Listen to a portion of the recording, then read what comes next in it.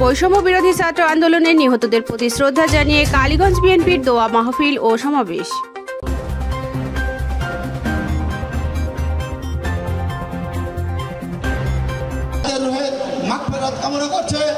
বৈষম্য বিরোধী ছাত্র আন্দোলনে নিহত শহীদ আবু সাঈদ ও মুগ্ধ সহ হাজারো শহীদের প্রতি গভীর শ্রদ্ধা জানিয়ে দোয়া ও সমাবেশ করেছে ঝিনাইদহ কালীগঞ্জ উপজেলা ও পৌর বিএনপি। শুক্রবার বিকালে কালীগঞ্জ মেইন বাসস্ট্যান্ডে দোয়া ও সমাবেশ অনুষ্ঠিত হয়। এ সময় কয়েক হাজার নেতাকর্মী মিছিল সহকারে সমাবেশস্থলে উপস্থিত হন।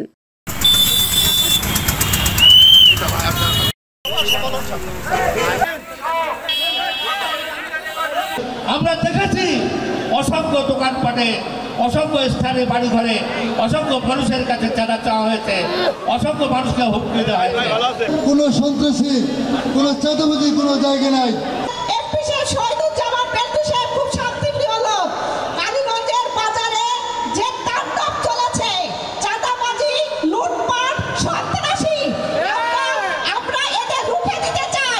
অনুষ্ঠানে প্রধান অতিথি হিসেবে উপস্থিত ছিলেন বিএনপির জাতীয় নির্বাহী কমিটির সদস্য ও ঝিনাইদহ ৪ আসন থেকে ৪বার নির্বাচিত সাবেক সংসদ সদস্য আলহাজ এম শহীদুজ্জামান বেল্টু। যাতে এই অন্তর্বর্তীকালীন সরকার টিকে থাকতে না পারে সেই ষড়যন্ত্র চলছে। অতএব এই আনন্দ উৎফুল্ল হওয়ার কারণ নেই। আমাদেরকে শক্ত হাতে দাঁড়াতে হবে। প্রতিটা ইউনিয়নে সবাইকে বোঝাতে হবে এবং আমরা জানো কোনো সন্ত্রাসীকে প্রশ্রয় না দিই।